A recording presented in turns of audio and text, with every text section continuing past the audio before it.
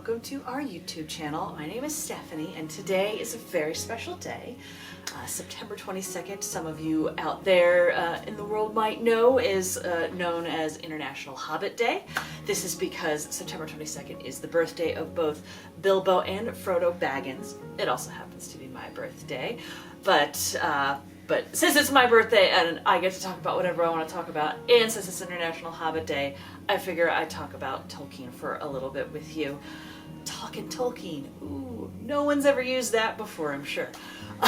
So, if you are, like me, a Tolkien fan, I've got a couple suggestions for some fun sorts of books that are directly Tolkien and also Tolkien adjacent or talking about Tolkien. And more specifically the worlds of Middle-earth. So to start with, if you are a fan of Lord of the Rings, you really need to have the complete guide to Middle-earth. This is by Robert Foster, and it's really like a dictionary of everything Tolkien. So it's got, references to names and places and just anything that happens in the world of Middle-earth.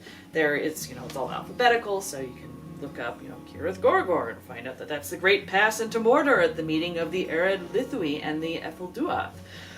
Or, so like if while you're reading, if you really want to get more into the history of some of the names, if you haven't read other Tolkien adjacent, other things, like the Unfinished Tales, the Silmarillion, you can, if you come across things in Lord of the Rings and you're like, oh, I'd like to learn more about Luthien, and this will just give you like sort of a primer of like who she is in relation to what and all of that. So this is, if you undertake to read the Silmarillion, which if you're into like Lord of the Rings, I would recommend it, but it is an undertaking. It does not read the same way that Lord of the Rings does. It reads a little bit more like the Bible, really, but it's very in-depth and very detailed, and there's a lot of names of people. Since Tolkien was so into language, he had like ways that words should work together and names should work, and so there's a lot of things that sound very similar, like Feanor, Fingolfin, and Finarfin, and Finrod.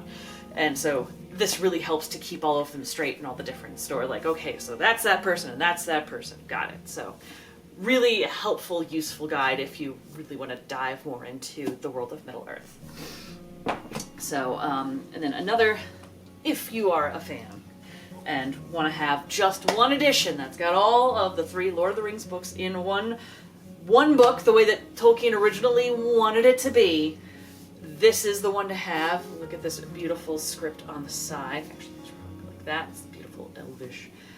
All this beautiful script, and this is illustrated by the author. So this edition actually came out last year, but Tolkien did a whole lot of his own illustrations, and so they, the editors of this book, put a lot of his different illustrations throughout the book, and he was really into landscapes, which is not surprising. If you've read The Lord of the Rings, you know that he really loves beautiful settings and woods and rolling hills and gorgeous trees and all these things, so it's not surprising that a lot of what he drew was that sort of stuff. But it's really fun to like read this and read the stories and then like see like the things that he actually drew, see a little bit of like what he actually had in his mind as he was talking about these sorts of things. And if you are a fan of also the Silmarillion, later this year in November, I believe, there is a similar edition to this. It's going to be the Silmarillion with illustrations from Tolkien. So keep your eye out for that when it comes out. I'm sure Julia can put in a nice fancy picture of the cover, although, well, I don't have inside pictures, but that's still very cool. I'm looking forward to seeing that when that comes out. So if you are thinking, like hearing about this and you're like, I already got my editions of the Lord of the Rings, I don't need new ones, but, seeing Tolkien's illustrations would be pretty cool. My next book is for you. This is Pictures by J.R.R. Tolkien. So this is really just a beautiful edition that's got all of these gorgeous illustrations, like the hill, Hobbiton across the water. So this is more if you just really want to dive into seeing the things, that the way that he drew and what he drew, and it's very precise lines. Again, it's not terribly surprising that someone who was so detailed and spent all this time making, all these different languages and such, that he'd have a very precise hand. I think probably a lot of people have seen this pretty classic illustration of Smaug. But yeah, it's really fun to see these sorts of things and just give you a little more in-depth look at the worlds of Middle-earth. If you are more of a landscape person and you are one of those people who's really into Tolkien's descriptions of the rolling hills and the steep mountains and the dark caves of Middle-earth, then this next book is for you. The Worlds of J.R.R. Tolkien, the places that inspired Middle-earth.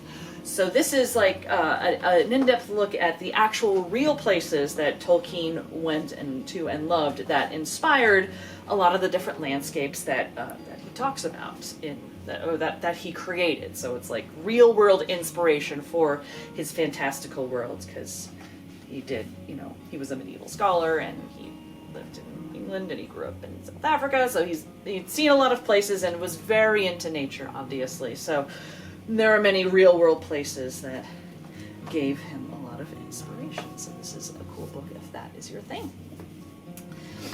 And then if this kind of all sounds interesting, these real world inspirations for the worlds of Middle-earth, this book just came out. It's a reissue of an earlier book, but it's beautifully bound and is kind of updated for the current times, with all the seeing as, I've heard a new show now or something. So, there's a lot of renewed interest right now in the realms of Middle-earth. So this is kind of diving into not just the landscapes, but the real world myths, which sounds weird. The real myths.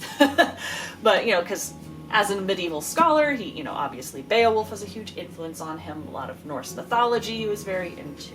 Celtic mythology and, the realms of the medieval, as well as the people that he met and